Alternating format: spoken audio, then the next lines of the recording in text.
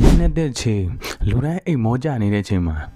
တဲဦးနောက်ကတော့မနာထမ်းအလုပ်လုပ်နေတော့မယ်လားအရင်ကပြောမိခဲ့တဲ့စကားတစ်ခုကိုပြန်တွေးပြီးနောင်တရနေတာမျိုးဒါမှမဟုတ်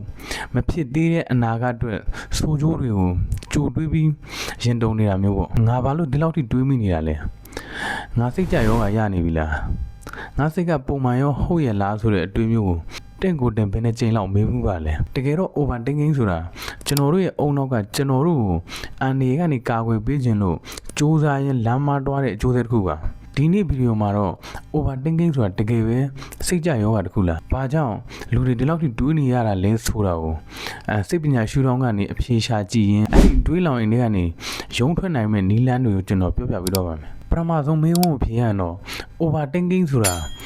အတူကြီးပဲတက်ဆိုရင်တော့စိတ်ယောဂတစ်ခုမဟုတ်ပါဘူးဒါဟာအလေးထားတစ်ခုဒါမှမဟုတ်ဇယိုက်တစ်ခုတာဖြစ်ပါတယ်ဒါပေမဲ့စိတ်ပညာရှင်တွေကတော့ဒါကို mental health reflex လို့တတ်မှတ်ပါတယ်ဘာလို့လဲဆိုတော့အတွေးလွန်ခြင်းဟာစိုးရင်စိလွန်ခဲ့တဲ့ယောဂနဲ့စိတ်ကြယောဂတို့ရဲ့ရှေ့ပြီးလက္ခဏာဖြစ်နေတာလို့ပါအဓိကကွာခြားချက်ကတော့ thinking ကပြဿနာကိုအဖြေရှာဖို့အတွက်ဖြစ်ပြီး overthinking ကတော့ပြဿနာကိုပိုကြည့်အောင်လုပ်နေတာပါကျွန်တော်တို့ကတခုခုဆုံးဖြတ်တော့မယ်ဆိုရင်အကောင်းဆုံးဖြစ်ချင်တဲ့စိတ်ကြောင့်အချက်လက်တွေကိုအလွန်ကျွံဆန်းစစ်မိကြပါတယ်အဲ့ဒီခါမှာဘယ်လိုမှဆုံးဖြတ်လို့မရတော့ပဲအတွေးတန်နေရာထဲမှာပြစ်မိသွားတတ်ကြပါတယ်အတိတ်ကအမားတွေကိုပြန်ကျင်တဲ့စိတ်နဲ့အနာဂတ်အတွက်ကြိုတင်စိုးရင်စိတ်တွေက overthinking ရဲ့အဓိက engine တွေပါပဲ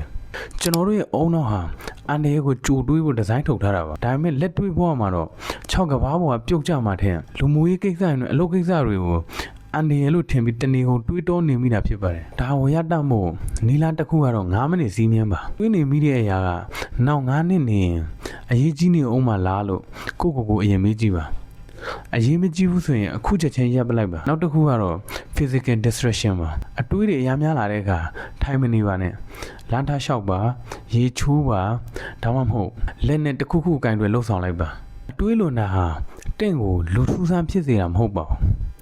ဒါဟာတင်ကနည်းနည်းခံစားရတူ